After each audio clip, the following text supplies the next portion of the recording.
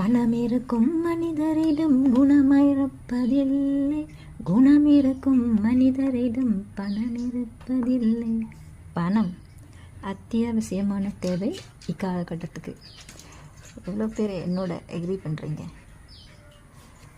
இதற்கு தோதுவாக யாரெல்லாம் இதை வாங்கிட்டீங்க? பணத்தை பற்றி துல்லியமாகவும் பணத்தின் உளவியல்னு சொல்லியிருக்காங்க. அதாவது பணம் எப்படியெல்லாம் மனிதனை ஆட்டி வைக்கும், எவ்வாறு பணத்தை சேமிப்பது முக்கியமான அவசியம், எது முக்கியம் இல்லை, இது போன்ற தகவல்கள் உங்களோடு பகிர்ந்திருக்கிறது இந்த புத்தகத்தில்.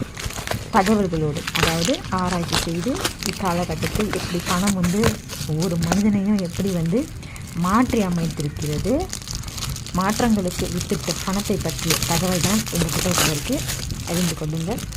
ஒரு முறையாச்சும் இந்த புத்தகத்தை வாங்கி படித்து நம்பிக்கங்க. நான் படிச்சுட்டேன், வாங்கிட்டேன். நீங்கள் எப்படி பிடிச்சிருந்தா லைக்கை போட்டு ஷேர் பண்ணிடுங்க. எல்லோ பேக்கு கிளிக் பண்ணி வாங்கிக்கோங்க. நன்றி, வணக்கம்.